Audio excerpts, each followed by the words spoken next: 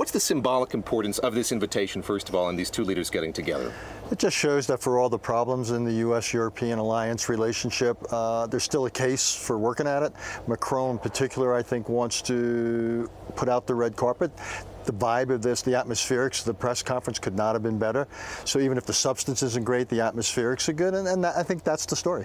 What does it say about this president's move toward more bilateral relationships, move away from multilateralism? Is he going to hold this up as an example of that working out? Well, you can't, because bilateral relationships are important, but they can never be a substitute. That's why you have multilateral alliances. That's why you have multilateral institutions, whether it's in the trade realm or dealing with climate or what have you.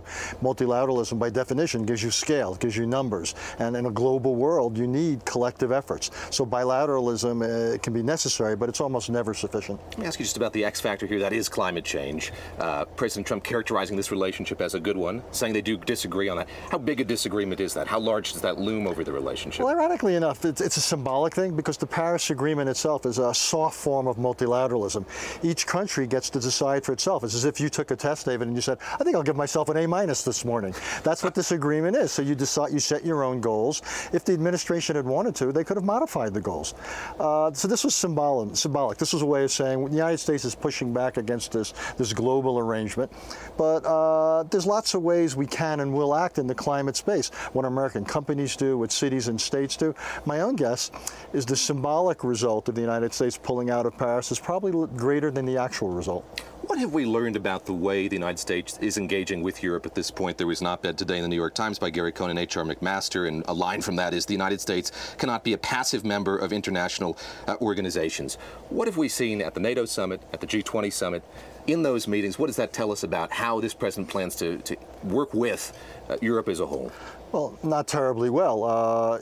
Trade is probably the biggest area problem. Climate is another. There's a lot of suspicion on the European side about dealing with Russia. The United States is seen as questionable. We've mainly been pushing the European allies on spending more on defense. I think it would be a better conversation if we focus more on what we were actually doing in the area of defense. So it'll stay scratchy, and I think it's part of a larger problem or issue this administration has with standing institutions, be they alliances or, again, the sorts of things from the UN to Paris. There was this small meeting at the G20 between President Trump and President Putin, just 6 people in the room for that meeting. It lasted more than 2 hours. What's the goal when it comes to the relationship between U.S. and Russia right now? What type of relationship, ideally, would the U.S. have with Russia? Well, it's going to be complicated because it's not going to be one-dimensional. You'll have areas of cooperation and areas of real friction or worse. I think in the short run, probably the most important area is to see if we can't work out some limited cooperation on Syria. And I think the Russians might be open to that. They don't want to have a large investment there. They've gotten an enormous return on a small investment. I'm not sure at the end of the day Russian, Syrian, and Iranian views are one and the same. I think the Russians might be prepared to play a somewhat constructive role. I think it's more difficult with Ukraine and more difficult in Europe. A bigger problem may also be North Korea, where the Russians are increasingly becoming something of a lifeline for the North Korean government. So even if the Chinese were to pull back a little bit, the Russians seem somewhat interested in moving in. I want to ask you more about North Korea in a moment, but on the issue of Syria, we heard both these leaders touting the efficacy of this first ceasefire. When it was announced a couple of days ago, there was some belief that it could be expanded. How positive a sign is that you have that in place in, I believe, the southwest part of the country? Ceasefires prove their worth over time. Previous ones have not been particularly helpful. Look, I think it's realistic to say, as much as we'd love to see the government change, it's not on the agenda anytime now. So you're going to have to build ceasefires from the ground up locally. I think there's some potential for it, but we've got to decide, for example, as territories liberated ultimately from groups like ISIS in Syria, who's going to take it over? And we've got a problem. It's not just the Syrian government, not just the Iranians. You've also got the Turks, you've got the Kurds, you've got local Sunni groups. There's so many players. So to get a comprehensive ceasefire, you'd have to be awfully optimistic. The issues pile up in the Middle East. You have Secretary of State Rex Tillerson in the region now as he continues to work on the situation involving Qatar, the blockade there.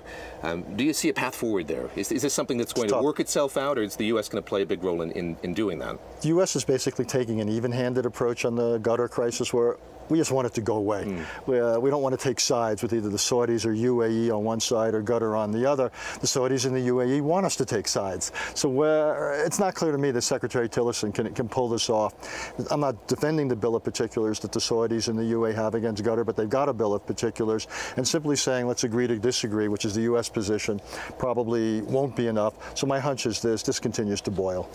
On the issue of North Korea, you had that weapons test on the 4th of July, an emergency session of the UN Security Council after that. What diplomatic options are left here? And is that in the purview of the UN largely? How do you see that playing? It's not the UN, it's really up to the U.S., and there hasn't been a diplomatic option. We've been talking about North Korea now for 6 months. Where's the diplomatic initiative? We ought to be proposing something. I don't care if it's bilateral or multilateral.